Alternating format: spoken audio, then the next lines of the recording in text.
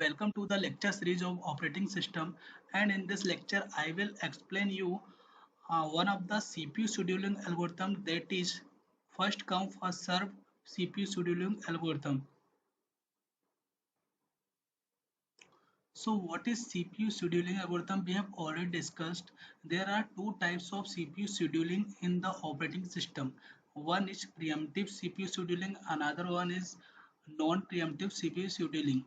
So the first algorithm that we are going to discuss is first come first serve algorithm, that is non-preemptive CPU scheduling. This is the very simplest CPU scheduling. The process that requires the CPU first is allocated to the CPU first. The implementation of the FCFS scheduling policy is easily managed with the FIFO queue. You can see in this example, there is a room and person outside the room is waiting for the for to enter in the room. So you can see they all persons are in the queue, and the first person that is near to the room will enter in the room. After that, that is behind to the first person, second person will get the enter in the room, after that third person, after that fourth, and so on. So in the same way, in the operating system, we use FCFS order to allocate CPU to the process that is ready and waiting for the CPU in main memory. When a process enters in the ready queue, its PCB is linked into the tail of the queue. You can see in this diagram, there is the head and tail. So that the place where the first person or first process will reside is the head of the queue, and the tail is the last place where the process reside. That means the process, that one process that comes in the last. When the CPU is free, it is allocated to the process at the end of the queue. The FCFP scheduling algorithm is non-preemptive. Once the CPU has been allocated to a process, that process keeps the CPU until it releases the CPU, either by terminating or by requesting input-output. The FCFS algorithm is thus particularly troublesome for time-sharing system, where it is important that each user get a share of the CPU at regular intervals. For example, you can see that in the example you will get a problem like this, where you will get a table and the table has two columns. One is process and the next one is the watch time. The watch time is the execution time, that is the time for which a particular process will get CPU for executing. So here you can see that in this example there are three processes, P1, P2 and P3. That is and the first time of the P1 is 24. So for 24 millisecond, CPU will be given to the P1, and for 3 millisecond, CPU will be given to the P2, and for another 3 seconds, CPU will be given to the process P3. So one thing is, we have to remember that in the time of FCP scheduling, the arrival time of the all process P1, P2 and P3 will be 0. So these all processes will come in the memory at the same time, that is 0. So for solving this problem, or for showing that the how these process will be executing in the system, or how these process will get CPU, we will use a Gantt chart.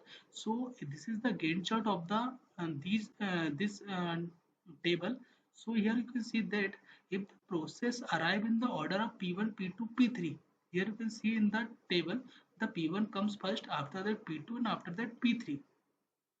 They all come at the time 0, but the you can see the sequence of the process P1, P2 and P3. So we can assume that the P1 is first, P2 is second and P3 is third, and served in FCFS order. So in that case, the process that is first in the table will get CPU first, after that. So in our case, P1 will get CPU first, then P2 will get CPU, then P3 will get CPU. So in the Gantt chart is the time chart. In that, we will start from the 0 time.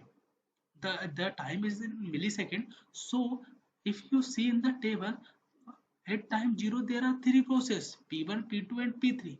What the P1 comes first, so P1 will get CPU first and P1 will hold CPU for how much time? 24 seconds. Remember that this is non-preemptive scheduling, so we cannot forcefully take the CPU from the process. So if we assign CPU to a particular process, it will release CPU only when it will get executed completely.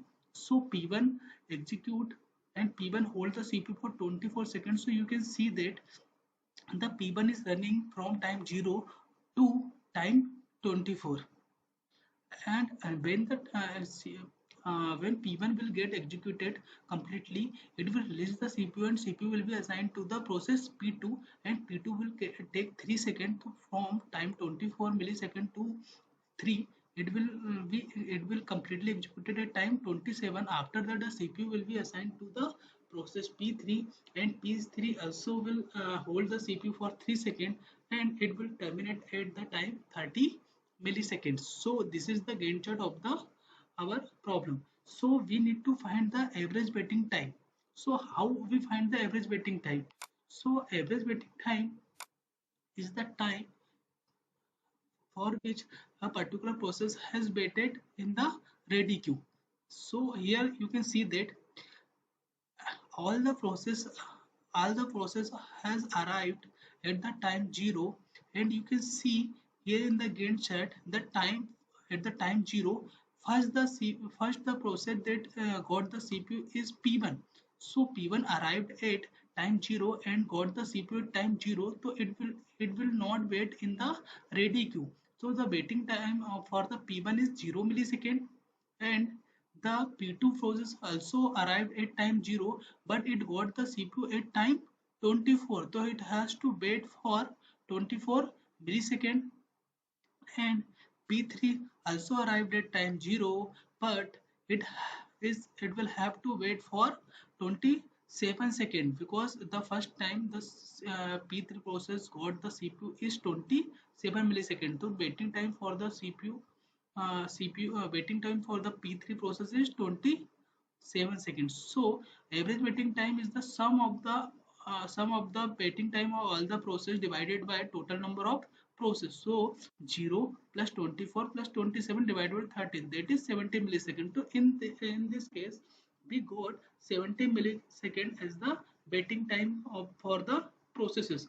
If we change the sequence of these process, if we change the sequence of this process, the waiting time will be something different, or it will increase or it will decrease. So that is the drawback of the FCFS. In FCFS scheduling algorithm, if we change the sequence of the process, we will get different uh, average waiting time.